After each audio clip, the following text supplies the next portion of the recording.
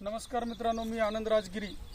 मी आज जे परभणी विद्यापीठाचं नवीन व्हरायटी विकसित झालेली आहे, जिचं नाव आहे माऊस 725।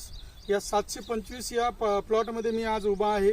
आम्ही 1 एकरची लागवड केली होती, परभणी विद्यापीठाकडून बियाणं घेतलं होतं। तर तुम्हाला त्याचे गुणधर्म मी सांगणार आहे मित्रांनो। काही लोकांनी 725 म्हणून दुसऱ्या बियाण्याची खप केलेली आहे।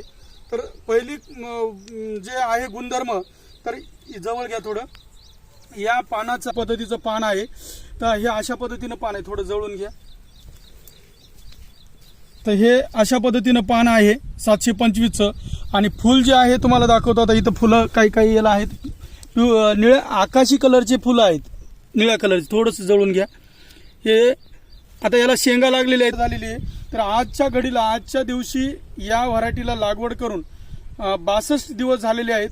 तर 62 दिवसामध्ये तुम्हाला दाखवतो शेंगाचं प्रमाण। हे बघा, या ठिकाणी शेंगा आहेत, काय हरकत नाही। हे बघा, याला शेंगा बघा किती पद्धतीने आहेत। जवळपास 2-250च्या वरून शेंगा ह्या गुपच्यामध्ये लागलेल्या आहेत। याला वाद्या आहेत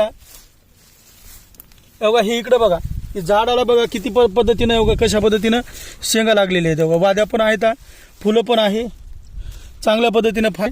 तर मित्रांनो, ही व्हरायटी कमी पाण्यावर आणि हलक्या जमिनीमध्ये घ्यायला काही हरकत नाही। तसं तर चांगली भारीची जमीन असेल तर ही व्हरायटी सक्सेसच आहे। पण ज्या कुणाची जी मध्यम जमीन आहे, हलकी जमीन आहे, कमी पाणी धरणारी आहे, अशा जमिनीमध्ये सुद्धा ही व्हरायटी चांगल्या पद्धतीने ॲव्हरेज देऊ शकते। आमचं जवळपास 1 एकरचं क्षेत्र आहे। 1 एकरमध्ये लागवड केलेली आहे आम्ही। 28 जुलैला आम्ही लागवड केली होती। तर आज कंप्लीट 62 दिवस झालेले आहेत या व्हरायटीला। आणि चांगल्या पद्धतीने वाद्याचं रूपांतर शेंगामध्ये झाले। माऊस 725 या झाडाला जे शेंगाची जे धारणा आहे किंवा ती मी तुम्हाला आता दाखवत आहे लाईव्ह मध्ये। हे बघा, या ठिकाणी जे 4 सोल्याच्या शेंगा आपण म्हणतोय, तर या ठिकाणी प्रत्यक्ष तुम्ही पाहू शकता की 725ला कशा पद्धतीने आणि किती प्रमाणात हे तुम्हीच बघा। या एकाच ठिकाणी जवळपास हे 3च्या नंतर बघा हे 4, बघा हे 5 आणि 6।